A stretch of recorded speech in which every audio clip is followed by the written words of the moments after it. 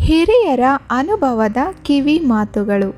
ಮನೆಗೆ ಬಂದ ಮುತ್ತೈದೆಯರಿಗೆ ಅರಿಶಿಣ ಕುಂಕುಮ ಕೊಟ್ಟು ಕಳಿಸುವುದನ್ನು ರೂಢಿ ಮಾಡಿಕೊಳ್ಳಿ. ದೇವಸ್ಥಾನ ಮಠ ಮಂದಿರಗಳಿಗೆ ಹೋದಾಗ ನಿಮ್ಮ ಚಪ್ಪಲಿ ಕಳೆದು ಹೋದರೆ ನಿಮ್ಮ ಕರ್ಮ ಕಳೆಯಿತು ಎಂದು ತಿಳಿಯಿರಿ. ಬೇರೆಯವರ ಚಪ್ಪಲಿ ಹಾಕಿಕೊಂಡು ಬಂದರೆ ಕಂಟಕ ಮನೆಗೆ ಕರೆತಂದಂತೆ. ಪ್ರಯಾಣದಲ್ಲಿ ಅಪರಿಚಿತರು ಕೊಟ್ಟ ತಿಂಡಿ ತಿನಿಸನ್ನು ಸೇವಿಸಬೇಡಿ. ಮುಸ್ಸಂಜೆ ಹೊತ್ತಲ್ಲಿ ಮಲಗಬೇಡ. ಶನಿವಾರ ಉಪ್ಪು ಎಣ್ಣೆ ತರಬೇಡ. ಸಾಯಂಕಾಲದ ಹೊತ್ತು ಉಪ್ಪು ಮೊಸರು ಸಾಲ ಕೊಡುವುದು ಬೇಡ. ಸಹೋದರರು ತಂದೆ ಮಕ್ಕಳು ಒಂದೇ ದಿನ ಕ್ಷೌರ ಮಾಡಿಸಬಾರದು. ಮಂಗಳವಾರ ತವರಿಂದ ಮಗಳು ಗಂಡನ ಮನೆಗೆ ಹೋಗುವುದು ಬೇಡ. ಶುಕ್ರವಾರ ಸೊಸೆಯನ್ನು ತವರಿಗೆ ಕಳಿಸುವುದು ಬೇಡ. ಇಡೀ ಕುಂಬಳಕಾಯಿಯನ್ನು ಮನೆಗೆ ತರಬೇಡ. ಹೊತ್ತು ಮುಳುಗಿದ ಮೇಲೆ ಕಸ ಗುಡಿಸಬೇಡ, ತಲೆ ಬಾಚಬೇಡ. ಮನೆಯಿಂದ ಹೊರಡುವಾಗ ಕಸ ಗುಡಿಸುವುದು ಬೇಡ. ಹೊಡೆದಿರುವ ಬಳೆ ಮತ್ತು ಅರಿದಿರುವ ಬಟ್ಟೆಯನ್ನು ಎಂದಿಗೂ ಧರಿಸಬೇಡ. ಮುಸ್ಸಂಜೆ ಹೊತ್ತು ತುಳಸಿಯನ್ನು ಕುಯ್ಯಬೇಡ. ಮನೆಯ ಹೊಸ್ತಿಲ ಮೇಲೆ ಕೂರುವುದು, ನಿಲ್ಲುವುದು, ತುಳಿಯುವುದು ಮಾಡಬೇಡ. ಬಿಸಿ ಅನ್ನಕ್ಕೆ ಮೊಸರು ಹಾಕಬೇಡ.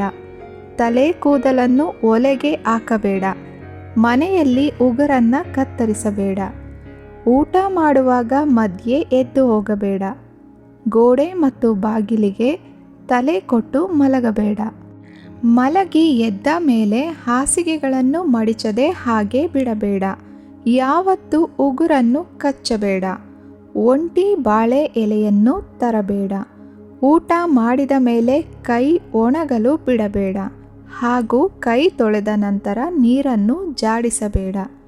ಕಾಲು ತೊಳೆಯುವಾಗ ಹಿಮ್ಮಡಿಯನ್ನು ತೊಳೆಯುವುದು ಮರೆಯಬೇಡ. ಎಂಜಲು ಕೈಯಲ್ಲಿ ಎಂದಿಗೂ ಊಟವನ್ನು ಬಡಿಸಬೇಡ. ರಾತ್ರಿ ಊಟ ಮಾಡಿದ ತಟ್ಟೆಯನ್ನು ತೊಳೆಯದೆ ಹಾಗೆ ಬಿಡಬೇಡ. ಹಿರಿಯರ ಮುಂದೆ ಕಾಲು ಚಾಚಿ ಅಥವಾ ಕಾಲಿನ ಮೇಲೆ ಕಾಲು ಹಾಕಿ ಕೂರಬೇಡ. ಹಸು ಕರುಗಳು ಅಥವಾ ಪ್ರಾಣಿಗಳಿಗೆ ಅಳಸಿದ ಅನ್ನವನ್ನು ಹಾಕಬೇಡ. ಅನ್ನ ಸಾರು ಪಲ್ಯ ಹೀಗೆ ಮಾಡಿದ ಪಾತ್ರೆಗಳಲ್ಲಿಯೇ ಊಟ ಮಾಡಬೇಡ. ಸಾಯಂಕಾಲದ ನಂತರ ಬಟ್ಟೆಗಳನ್ನು ಒಗೆಯಬೇಡ. ನಿಮಗೆ ಎಷ್ಟೇ ಹಣವಿದ್ದರೂ ಸಾಕಾಗುವುದಿಲ್ಲ. ಹಾಗಂತ ಕೇವಲ ಅನಾವಶ್ಯಕ ಖರ್ಚು ಮಾಡುವುದು ಬೇಡ. ಹಾಲು ನೀರನ್ನು ಒಟ್ಟಿಗೆ ತರಬಾರದು. ಮನೆಯಲ್ಲಿ ನಿಂತಿರುವ ಗಡಿಯಾರ, ಸ್ಕೂಟರ್, ಹೊಲಿಗೆ ಯಂತ್ರ ಇವುಗಳನ್ನು ಕೂಡಲೇ ರಿಪೇರಿ ಮಾಡಿಸಿ ಅಥವಾ ಮಾರಿಬಿಡಿ. ದೇವರಲ್ಲಿ ಬೇಡಿಕೊಂಡು ನನ್ನ ವರ ಫಲಿಸಲಿಲ್ಲವೆಂದು ನಿರಾಶರಾಗಬೇಡಿ. ನಿಮಗೆ ಸಿಗುವ ಸಮಯ ಬಂದಾಗ ಅದು ಸಿಕ್ಕೇ ಸಿಗುತ್ತದೆ. ಅವಶ್ಯಕತೆ ಯಾರಿಗಿದೆಯೋ ಅವರಿಗೆ ದಾನ ಮಾಡಿ. ನಿಮ್ಮ ದಾನ ಧರ್ಮವನ್ನು ಎಂದೂ ಗುಪ್ತವಾಗಿಡಿ. ಯಾರನ್ನು ಆಡಿಕೊಳ್ಳಬೇಡಿ. ಅವರ ಪರಿಸ್ಥಿತಿ ನಾಳೆ ನಿಮಗೂ ಬರಬಹುದು, ನೆನಪಿನಲ್ಲಿಡಿ. ನಿಮ್ಮ ಅಧಿಕಾರ ಶಾಶ್ವತವೆಂಬ ಭ್ರಮೆಯಲ್ಲಿ ಇರಬೇಡಿ. ಬೇರೆಯವರನ್ನು ಬೆಳೆಯಲು ಬಿಡಿ ಮತ್ತು ಅವರಿಗೆ ನೆರವಾಗಿ. ಅನಾವಶ್ಯಕವಾಗಿ ಸಾಲವನ್ನು ಮಾಡಿ ಮೆರೆಯಬೇಡಿ. ಬೇರೊಬ್ಬರನ್ನು ನೋಡಿ ಅಸೂಯೆ ಭಾವವನ್ನು ತೋರಬೇಡಿ. ಯಾವ ಸಂಪತ್ತು ಶಾಶ್ವತವಲ್ಲ.